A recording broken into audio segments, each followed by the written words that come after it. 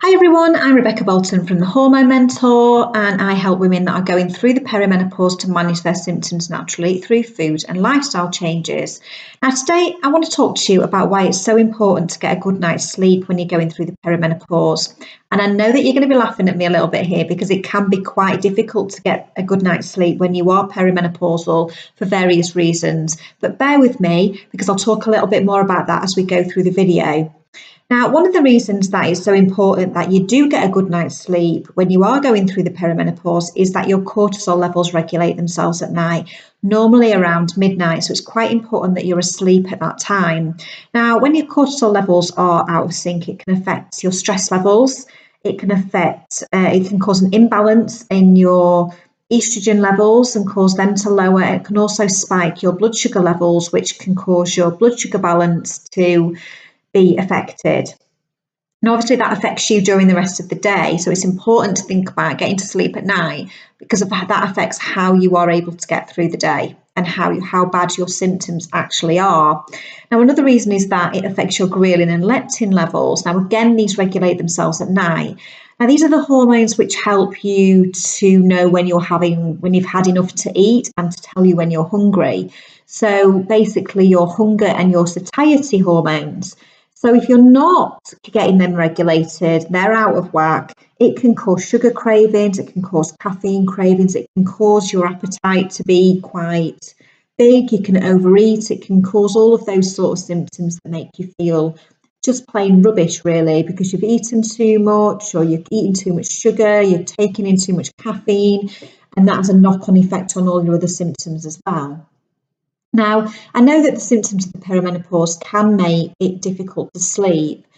And the reasons for that are that, your low estrogen causes hot flushes and night sweats, your progesterone declines, and that can cause worry and anxiety that keeps you awake at night because progesterone helps to calm your brain. The imbalanced cortisol affects your ability to get to sleep and stay asleep because that has an effect on your circadian rhythm, which is the rhythm in your body which tells you when you are tired and when to wake up. And the things that you can do to help to manage those things are to look at whether or not you can introduce some kind of a bedtime routine. I always encourage my clients, in fact, I wrote a blog post called Bedtime Routines and Not Just for Babies, which I'll link in the comments.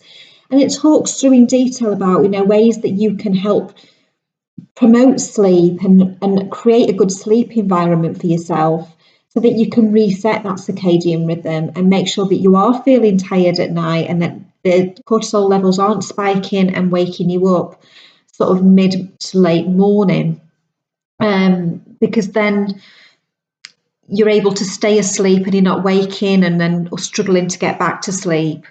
Now, another thing that's really helpful for helping to get you to sleep is magnesium, a mineral which is known as nature's tranquilizer, and that helps to calm your body basically.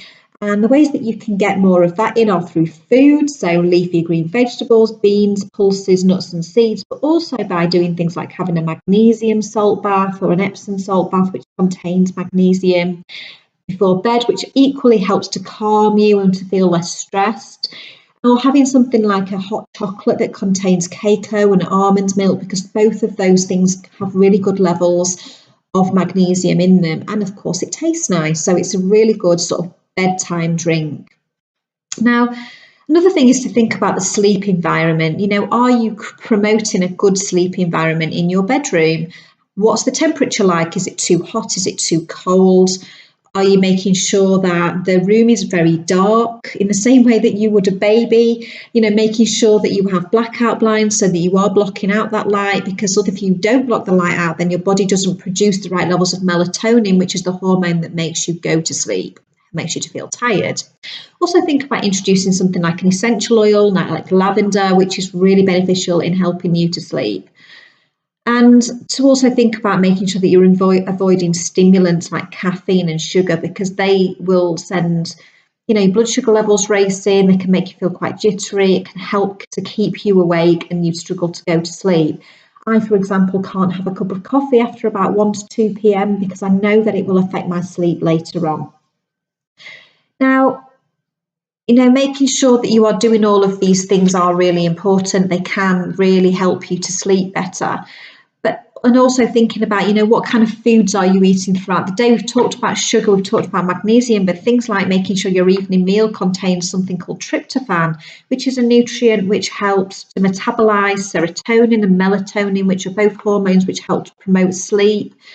And you can find that in things like turkey, you can find it in chickpeas and salmon, so very simple things that you can include in your diet. So I'd love to know what you think about the recommendations that I've made and whether or not you are able to get a good night's sleep and whether you are going to try and introduce some of these things. Make sure that you do click on the link and check my blog post out, because that is in a lot more detail about, how you can introduce a bedtime routine and the benefits of that on your sleep. But it is really important it's sleep during the perimenopause. So do try and think a little bit about whether you're doing the things that you need to be doing to help get a good night's sleep.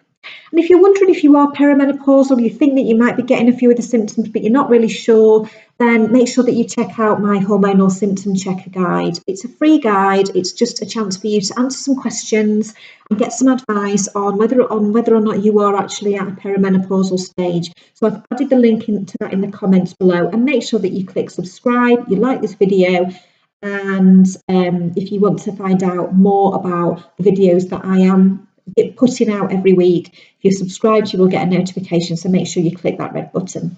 Thanks for watching.